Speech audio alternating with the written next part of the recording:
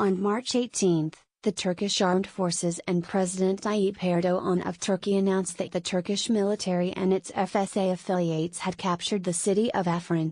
The operation, which began 8 weeks prior, targeted the city of Afrin, a relatively peaceful enclave in Syria with a solid socio-political sphere. Afrin is home to over 100,000 internally displaced persons in Syria. In a joint statement from the YPG and the Autonomous Administration in Afrin, it was promised that the resistance in Afrin will continue until every inch of Afrin is liberated, and the people of Afrin will return their villages. The Kurdish-led administration also claimed that they had asked civilians to leave to avoid atrocities now that the conflict has reached a new stage.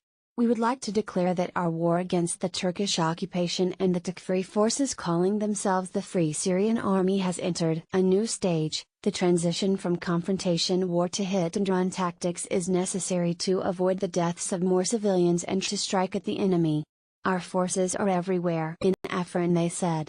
This new stage, which will be based on hit-and-run tactics to fight against Turkey's army and its FSA allies, changes the nature of the battle for Afrin.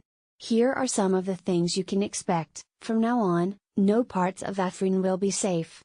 Just in the few days after Turkey and its FSA allies occupied Afrin, YPG forces targeted military positions and armored vehicles belonging to Turkey.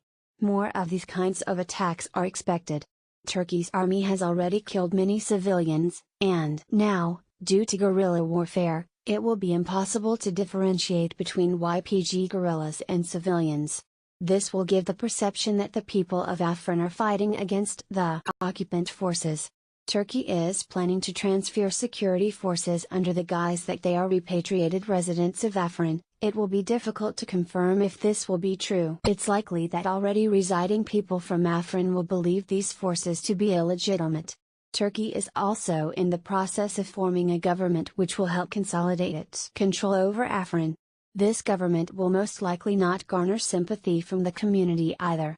It is likely that guerrilla forces formed by the actual residents of Afrin will only further illegitimate the government created by Turkey, and make residents feel that it is both unpopular and incapable of governing. Guerrillas will sabotage the operations of Turkey's army and its allied forces across Afrin. They will conduct raids on military points and supply depots, eliminating the traditional concept of lines of battle.